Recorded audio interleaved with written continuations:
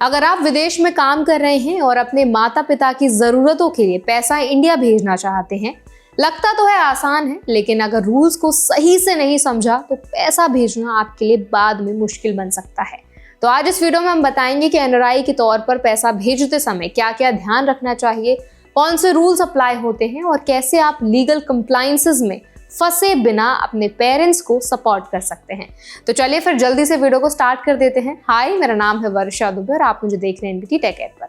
सबसे पहले हमें समझना है इनकम टैक्स एक्ट के रूल्स को। सेक्शन 56 सब क्लॉज 2X कहता है कि अगर कोई इंडिविजुअल या HUF किसी से गिफ्ट लेता है और उसकी वैल्यू साल में 50,000 रुपए से ज्यादा है तो नॉर्मली टैक्स लग सकता है, लेकिन इसमें एक्सेम्पशन है। अगर पैसा पेरेंट्स, स्पाउस या सिबलिंग्स जैसे क्लोज रिलेटिव से आता है तो टैक्स फ्री होता है।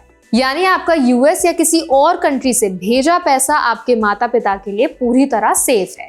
लेकिन सिर्फ रूल्स जानना ही काफी नहीं है, मोड ऑफ ट्रांसफर बहुत जरूरी है। पैसा हमेशा बैंक के जरिए भेजे, जैसे Swift, NEFT wire transfer, NRE या एनआरओ अकाउंट्स का यूज करना सबसे सेफ तरीका है। कैश या इनफॉर्मल तरीकों से भेजना रिस्की है क्योंकि आईटी अथॉरिटीज इसे क्वेश्चन कर सकती हैं। अब बात करते हैं FEMA रूल्स की। फैमिली मेंटेनेंस के लिए रेमिटेंसेस पूरी तरह लीगल हैं। ऑथोराइज्ड बैंक्स का यूज करना जरूरी है। कोई RBI अप्रूवल नहीं चाहिए। इस तरह भेजा गया पैसा सेक्शन 56 या 68 के तहत प्रॉब्लम नहीं बनता।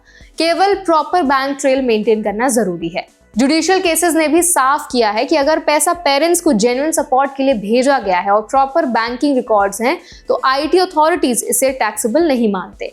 बड़े बड़े अमाउंट्स के लिए गिफ्ट डीड बनाना ऑप्शनल है, लेकिन रिकमेंडेड है। डॉक्यूमेंटेशन में bank statements, NRI status proof, passport, relationship affidavit और पर्पस डिक्लेरेशन रखें। पेरेंट्स को भेजा गया पैसा उन्हें ITR में डिक्लेयर करना चाहिए, लेकिन टैक्स एक्सेम्प्ट रहेगा। एनआरआई डोनर को भी अपनी ग्लोबल इनकम और फंड्स का सही डिस्क्लोजर करना जरूरी है। पैन लिंकिंग और FATCA CRS कंप्लायंस भी ध्यान में रखना जरूरी है। रिस्क कम करने के लिए ऑडिट ट्रेल मेंटेन करना बहुत इंपॉर्टेंट है। अगर आप बार बार रेमिटेंसेस करते हैं तो ईयरली एग्रीगेट देखना चाहिए। इंडिया USDTA रूल्स के हिसाब से डबल टैक्स रिलीफ भी क्लेम किया जा सकता है अगर कंडीशंस अप्लाई होती हैं। फाइनेंस एक्ट 2025 ने रेमिटेंसेस और गिफ्ट रूल्स में कोई मेजर चेंज नहीं किया। LRS TCS थ्रेशोल्ड बदल गया है, लेकिन पेरेंटल गिफ्ट्स अभी भी टैक्स फ्री हैं।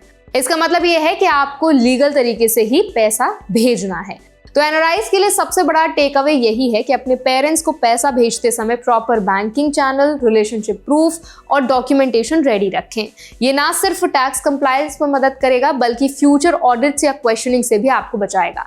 अगर आप यूएस या किसी और कंट्री में रहते हैं और इंडिया में अपने पेरेंट्स को सपोर्ट करना चाहते हैं तो ये रूल्स और सिंपल स्टेप्स जानना बहुत जरूरी है। सही तरीके से पैसा भेजना, क्लीन बैंक ट्रेल रखना और प्रॉपर डॉक्यूमेंट्स मेंटेन करना आपको हैसल फ्री और सेफ रखेगा।